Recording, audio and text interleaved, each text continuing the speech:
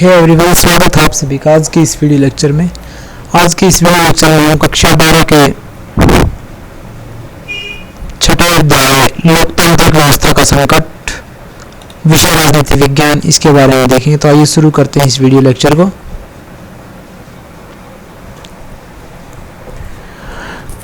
सन 1973 में और सन 1975 इनके बीच जो बदलाव आए, जो घटनाएं घटी, उनसे देश में आपातकाल लागू हुआ और इन सारी घटनाओं को हम आर्थिक, राजनीतिक, प्रशासनिक और न्यायिक संदर्भ में समझेंगे। उससे पहले इनसे संबंधित कुछ महत्वपूर्ण बिंदु देख लेते हैं इनको समझने से पहले। पहला है, गैर कांग्रेसी पार्टियों ने कांग्रेस की निजीवादी राजनीति के कारण इसका विरोध किया। मतलब कांग्रेस परिवारवाद को बढ़ावा दे रही थी, जिसके कारण जो गैर कांग्रेसी पार्टी थी उन्होंने इसका विरोध किया।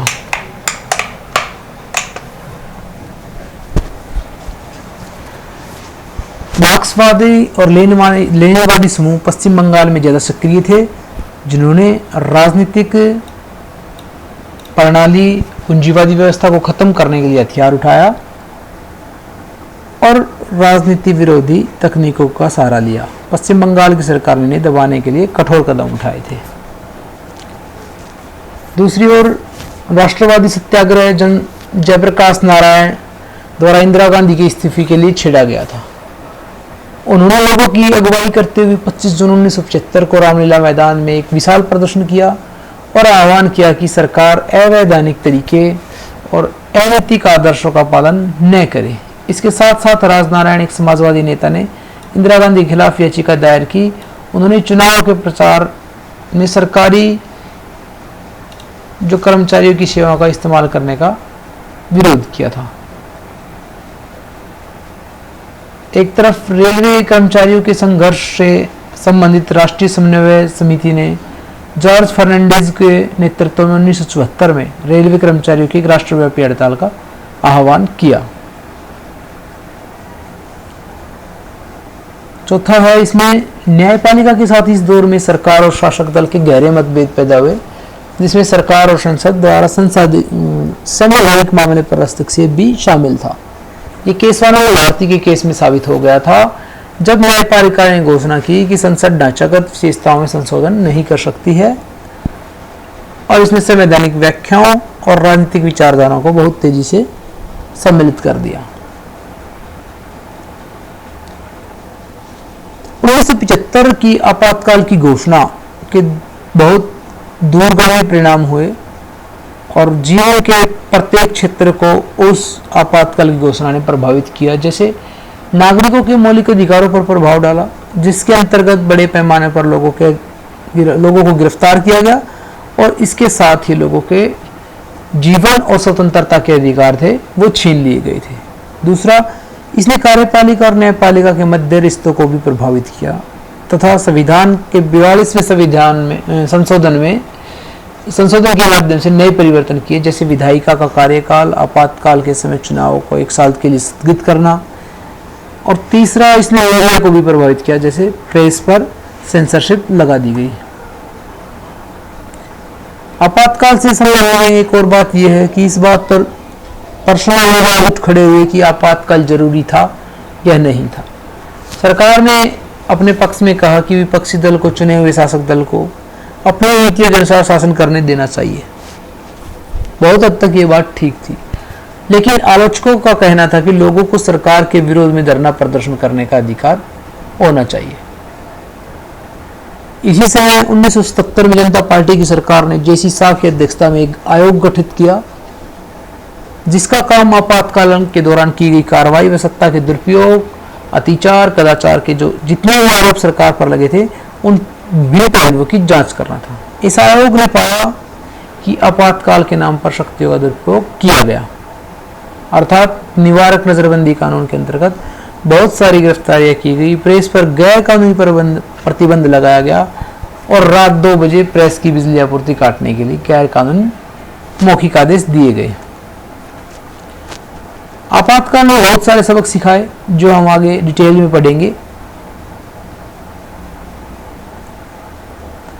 1975 के आपातकाल की विरासत जीवन और राजनीति के हर क्षेत्र में महसूस की गई। आपातकाल और उसके आसपास की अवधि को हम संवैधानिक संकट की अवधि के रूप में भी देख सकते हैं। तो आइए शुरू करते हैं, अब इसकी विभिन्न संदर्भों में इसकी जांच करते हैं, इसको समझने का प्रयास करते हैं कि आपातकाल के विभिन्न संदर्भों में क्या प्रभाव पड़े। आर्थिक संदर्भ जानने की कोशिश करते हैं। सबसे पहले 1971 में गरीबी हटाओ नारे के बावजूद देश में गरीबी बरकरार रही। दूसरी बात, बांग्लादेश संकट से अर्थव्यवस्था चरमराई तथा यूएसए ने सहायता बंद कर दी। तीसरी, औद्योगिक विकास दर गिरती चली गई, महंगाई और बेरोजगारी बढ़ गई और सरकारी कर्मचारियों के वेतन रोक दिए गए। 1972-73 में मानसून असफल रहने से कृषि में भी पैदावार बहुत कम हो गई थी। अब देखते हैं इसका राजनीतिक संदर्भ कि आपातकाल का संबंध राजनीति से कैसे था। सबसे पहले छात्र आंदोलन। गुजरात के छात्रों ने खाद्यान्न और खाद्य तेल तथा अन्य आवश्यक वस्तुओं की बढ़ती हुई कीमतों के खिलाफ, भ्रष्टाचार के खिलाफ जनवरी 1974 में एक आंदोलन शुरू किया। दूसरा, मार्च 1974 में बढ़ी हुई कीमतों, खाद्यान्न के अभाव, बेरोजगारी, भ्रष्टाचार के खिलाफ बिहार में भी छात्रों ने आंदोलन शुरू कर दिया और जयप्रकाश नारायण जी जेपी के नाम से जाना जाता है, उसने उस आंदोलन का नेतृत्व किया और सिर्फ 2 शर्तों पर नेतृत्व किया कि आंदोलन अहिंसक रहेगा और यह सिर्फ बिहार तक सीमित नहीं रहेगा, अपितु राष्ट्रव्यापी होगा। जयप्रकाश नारायण ने संपूर्ण क्रांति द्वारा सच्चे लोकतंत्र की स्थापना की बात की थी। जयप्रकाश नारायण ने भारतीय जनसंघ कांग्रेस और भारतीय लोकदल, सोशलिस्ट पार्टी जैसे गैर कांग्रेस दलों के समर्थन से संसद मार्च का नेतृत्व किया था। इंदिरा गांधी ने इस आंदोलन के प्रति व्यक्तिगत विरोध प्रेरित बताया। नक्सलवादी आंदोलन। इस अवधि में संसदीय राजनीति में विश्वास न रखने वाले कुछ मार्क्सवादी समूहों की सक्रियता बढ़ी और इन समूहों ने मौजूदा राजनीति प्रणाली, पूंजीवादी व्यवस्था को समाप्त करने के लिए हथियार और राज्य विरोधी तरीकों का सहारा लिया। और 1967 में मार्क्सवादी कम्युनिस्ट पार्टी के लोगों के नेतृत्व में पश्चिम बंगाल के दार्जिलिंग जिले के नक्सलवादी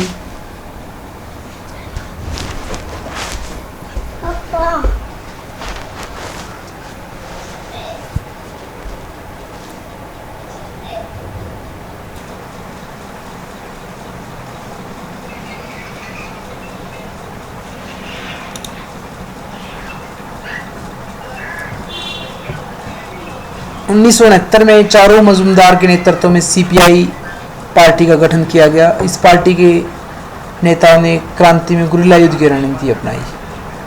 रेल हड़ताल भी की गई। जॉर्ज फर्नांडिस के नेतृत्व में राष्ट्रीय समिति ने रेलवे कर्मचारियों की सेवा और बोनस से जुड़ी मांगों को लेकर 1974 में हड़ताल की थी।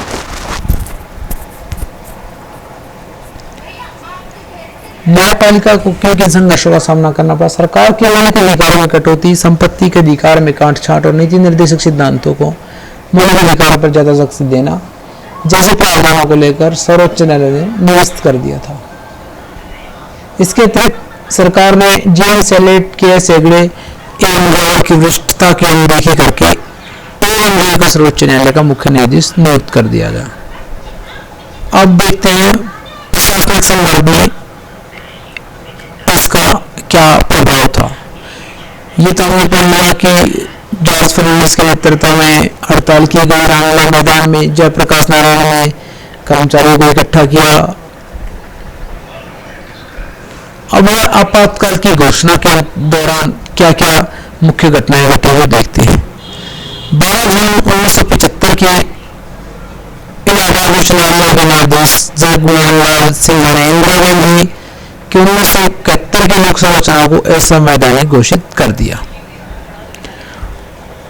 12 जून को ऐसा किया गया। 24 जून को सर्वोच्च न्यायालय उच्च न्यायालय के फैसले के सत्यानाश सुनाते हुए कहा कि अपील का निर्णय आने तक इंदिरा गांधी सांसद नहीं रहेगी, परंतु मंत्रिमंडल की बैठकों में भाग नहीं लेगी।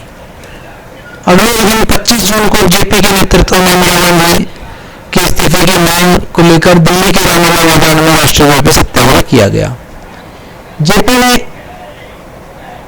सेना, पुलिस और कर्मचारियों से आग्रह किया कि सरकार के अनैतिक और असंवैधानिक आदेशों का पालन न करे और 25 जून 1975 की मध्य रात्रि प्रधानमंत्री ने अनुच्छेद 352 आंतरिक गड़बड़ी होने के तहत राष्ट्रपति से आपातकाल लागू करने की सिफारिश की।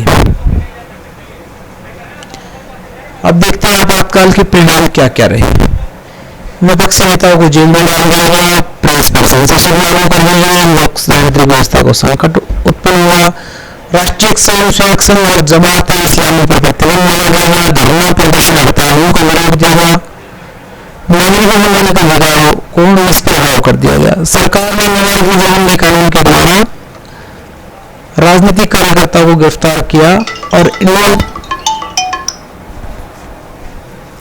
एक्सप्रेस और स्टेटमेंट अखबारों को जिन समाचारों को छापने से रोका जाता वे उनकी खाली जगह छोड़ देते थे। अब है आपातकाल के पक्ष और विपक्ष में कुछ हम चर्चा करेंगे।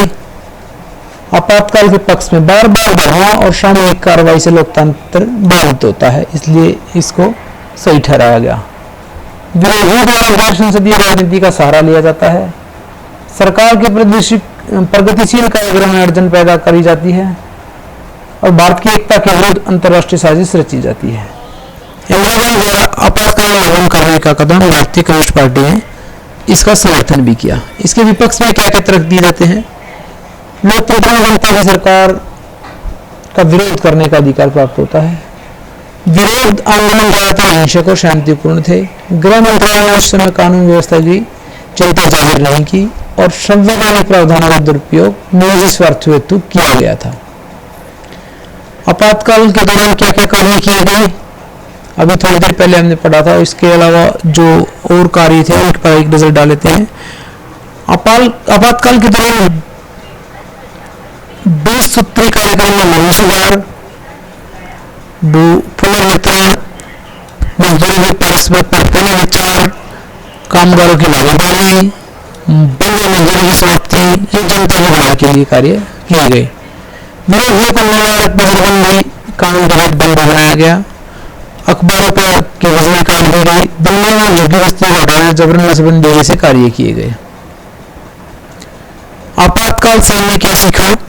आपातकाल के दौरान भारतीय लोकतंत्र की ताकत और कमजोरियां उजागर हो गई, लेकिन जल्द ही कामकाज लोकतंत्र की राह पर लौट आया। इस प्रकार भारत से लोकतंत्र को विदा कर पाना बहुत कठिन है। आपातकाल की समाप्ति के बाद अदालतों ने व्यक्ति के नागरिक अधिकारों की रक्षा में सक्रिय भूमिका निभाई और इन अधिकारों की रक्षा के लिए कई संगठन अस्तित्व में आ गए। यह सब आपातकाल के फलस्वरूप हुआ। संविधान के आपातकाल के प्रावधान में आंतरिक अशांति शब्द के स्थान पर सशस्त्र विद्रोह शब्द को जोड़ा गया। इसके साथ ही आपातकाल की घोषणा की सलाह मंत्रिपरिषद राष्ट्रपति को लिखित में देगी। आपातकाल में शासक दल ने पुलिस और प्रशासन को अपना राजनीतिक औजार बनाकर इस्तेमाल किया। अन्य संस्थाएं स्वतंत्र रूप से कार्य नहीं कर पाई थी। यह हमने आपातकाल से सबक लिया। आपातकाल के बाद राजनीति पर क्या प्रभाव पड़ा, राजनीति किस प्रकार से रही, उस पर एक नजर डालते हैं। जनवरी 1977 में विपक्षी पार्टियां मिलकर जनता पार्टी का गठन किया। कांग्रेसी नेता बाबू जगजीवन राम ने कांग्रेस फॉर डेमोक्रेसी दल का गठन किया, जो बाद में जनता पार्टी में शामिल हो गया। जनता पार्टी ने आपातकाल की व्यक्तियों को मतदान का चुनाव को उस पर जनमत से मांगकर रोक दिया और 1977 के चुनाव में कांग्रेस को लोकसभा में 154 सीटें और जनता पार्टी और उसके सहयोगियों को 300 सीटें प्राप्त हुई। यह आपातकाल की घोषणा का मुख्य प्रभाव में देखने को मिलता है। आपातकाल का प्रभाव उत्तर भारत में भी होने का 1970 के चुनाव में कांग्रेस को उत्तर भारत में 9 के बराबर सीटें प्राप्त हुई। जनता पार्टी की सरकार में मोरारजी देसाई प्रधानमंत्री और चरण सिंह जगजीवन राम 2 प्रधानमंत्री बने। जनता पार्टी के पास किसी दिशा नेतृत्व व एक साझी कार्यक्रम के अभाव में सरकार जल्दी गिर गई और 1980 के लोकसभा चुनाव में कांग्रेस ने 353 सीटें हासिल करके बड़े करारी शिकस्त हुई। आयोग जिसका गठन किया गया था आपातकाल की जांच के लिए, उसने अपनी जांच में पाया कि आपातकाल की घोषणा का निर्णय केवल प्रधानमंत्री का था और समाचार पत्रों के कार्यालयों की बिजली बंद करना बिल्कुल अनुचित था। मूसा का दुरुपयोग किया हुआ था। कुछ लोग आधिकारिक पद पर न होते हुए सरकारी कामकाज में हस्तक्षेप किया था। नागरिक स्वतंत्रता संगठन हो गए। आपातकाल के बाद बहुत सारे नागरिक स्वतंत्रता संगठन हो गए। इनमें से जो नागरिक स्वतंत्रता लोकतांत्रिक अधिकारों के लोगों की संघ का उदय अक्टूबर 1976 में हुआ। इन संगठनों ने केवल आपातकाल बल्कि सामान्य परिस्थितियों में लोगों के अधिकारों के प्रति सतर्क रहने के लिए कहा है। 1980 में नागरिक स्वतंत्रता और लोकतांत्रिक अधिकारों के लोगों के संघ का नाम बदलकर नागरिक स्वतंत्रताओं के लिए लोगों का संघ रख दिया गया। गरीबी, सहभागिता, लोकतंत्रीकरण और निष्पक्षता से संबंधित चिंताओं के संदर्भ में भारतीय नागरिक स्वतंत्रता संगठनों ने अनेक क्षेत्रों में संगठित होकर कार्य करना प्रारंभ कर दिया। अब जनता पार्टी सरकार का गठन दिशाहीन, कलहपूर्ण, कमजोर नेतृत्व और अव्यवस्थित शासन का शिकार हुई जनता पार्टी। जनता पार्टी की सरकार 18 महीने में गिर गई और 1980 में जो मध्यवादी चुनाव हुए उसमें फिर से इंदिरावादी भारी बहुमत से जीती। ये था आपातकाल जो घोषणा हुई, उसके प्रभाव, उसके पक्ष विपक्ष की तरह उसकी जांच में सहयोग ने क्या पाया, उससे हमें क्या सीखने को मिला, उसके बाद जो संगठन आए उन्होंने क्या क्या किया। तो आज का वीडियो लेक्चर यहीं समाप्त होता है। धन्यवाद।